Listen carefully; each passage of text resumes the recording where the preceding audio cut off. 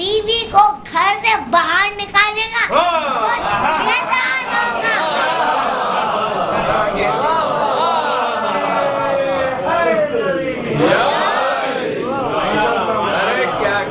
اب جہاں بھی دیکھا کام نہیں بنا. اب جناب اسماعیل پاپ گیا کہا کہ بھائی آپ تم نے زندگی میں پہلی دفعہ دیکھا کیا ہے؟ تمہارا باپ تمہیں ذبح کر رہا ہے. کہتے ہیں سنا اعوذ باللہ من الشیطان الرجیم. اے شیطان مردود مجھ سے دور ہو جا. ایک دو قدم پیچھے ہٹ کے اس نے کہا کہ اسماعیل مجھے کیسے پہچانا؟ تو کہا جو نبی کے محبوب ہے جو نبی کی بات نہ منوائے وہ شیطان ہوتا ہے. تو یہ تینوں شیطان ایسے بنے.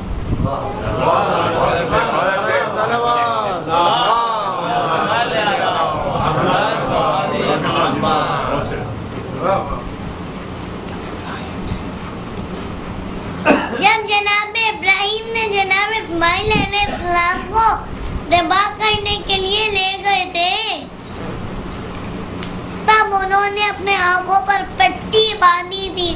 لیکن ہمارا سلام ہو اس حسین پر جب وہ اپنے جوان علی اکبر کے سینے سے برسی نکالتا تھا تو آگے پر پٹی نہیں تھی. شب عاشور تو کہا اکبر بیٹا اٹھو اذان دو. اکبر بیٹا اٹھو اذان دو. فجر کا وقت ہو گیا اذان دو. اذان دی. سب نے ان کے پیچھے پیچھے نماز پڑھی. سب سے آگے جناب علی اکبر نماز پڑھ رہے. اس کے بھی پیچھے جناب سارے امام. پھر وقت شروع ہوا. لوگ اجازت لینے لگے. سارے امام شہید ہو گئے. ایک امام ہمارے بچے جناب علی اکبر. تو کہا کہ بابا سب شہید ہوئے اب مجھے بھی تو جانے کی اجازت دیجیے. تو کہا میں نے تو تمہیں اجازت دے دی ہے پر اپنی اس بہن سے اجازت تو لے لو جس نے تمہیں پالا ہے. ماں سے تو اجازت لے لو جس نے تمہیں پالا ہے. پھر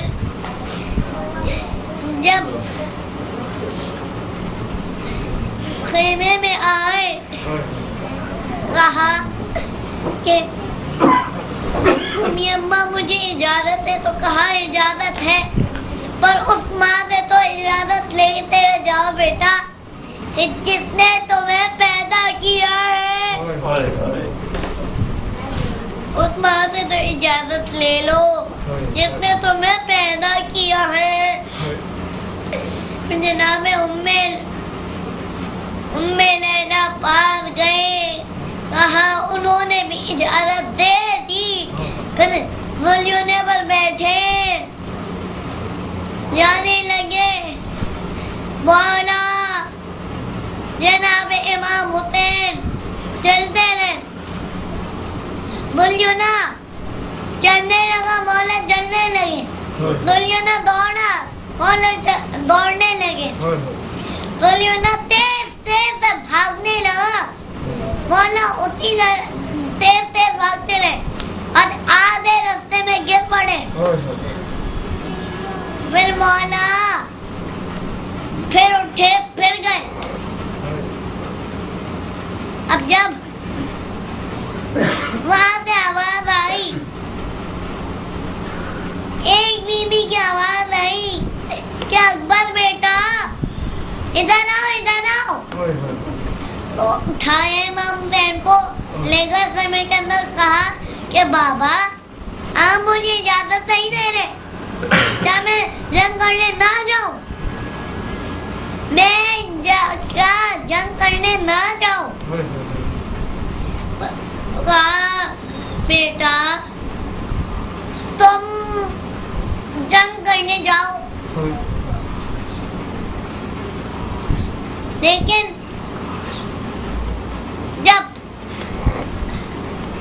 زلجھنے پر دوڑتے رہے، سارے لوگوں نے گھیرا،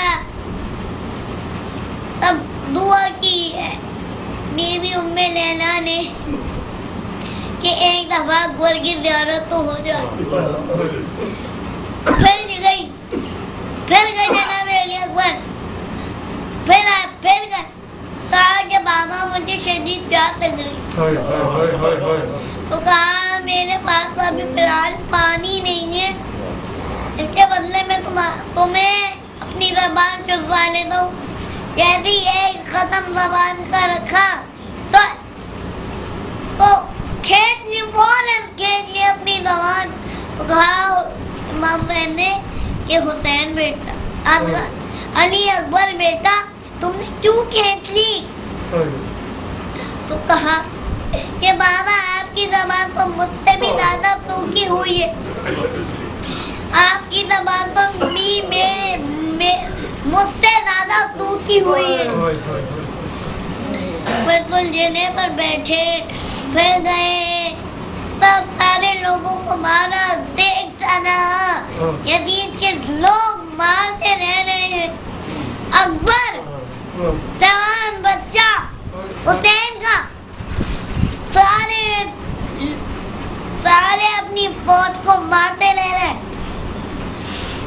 تو کہا اکبر سے کوئی نہیں جیت سکتا، اس کو قتل کرنے کے لیے ایک ہی معاملہ ہے، سب اس کو گھیر کے مارو. سب نے گھیر کے مارا، کسی نے تیر، کسی نے خنجر، کسی نے بھالا، کسی نے نیزا، وہ بھی زخموں سے چور ہو گئے. پھر ایک یزید آیا، اس کے ہاتھ میں برچھی کا پھل تھا، اس نے میرے مولا جناب علی اکبر کے سینے پر برچھی کا پھل مارا. جب امام حسین آئے، کہا کہ بیٹا علی اکبر تمہارے بعد میری زندگی پوری کالی کالی ہو گئی، میری پوری زندگی ایک لمحے میں کالی کالی ہو گئی. اکبر بیٹا اب تو میں تمہیں دیکھ ہی نہیں سکتا. پھر دوڑتے رہ گئے، پھر گرے، پھر دوڑتے رہ گئے، پھر گرے، پھر دوڑتے رہ گئے، پھر ان سے چلا ہی نہیں جا رہا تھا کہ وہ دیکھ ہی نہیں پا رہے تھے. تو وہ گھٹنیوں کے بل چل کے پھر جناب علی اکبر جب لاش پر آئے، پاؤں رکھا ہے اور برچی کا پھل نکالا. آپ جائیں امام حسین کے روزے پر، جناب علی اصغر کی قبر بڑی ہے اور جناب علی اکبر کی چھوٹی ہے. جناب علی اصغر کی بڑی ہے اور جناب علی اکبر کی چھوٹی. تو جب برچی کا پھل نکال بھی دیا تھا، تب ان کے جب وہ شہید ہو گئے تھے، تب گھوڑے دوڑائے گئے تھے ان کے اوپر، اس طرح سے ان کے لاش کے ٹکڑے ہو گئے.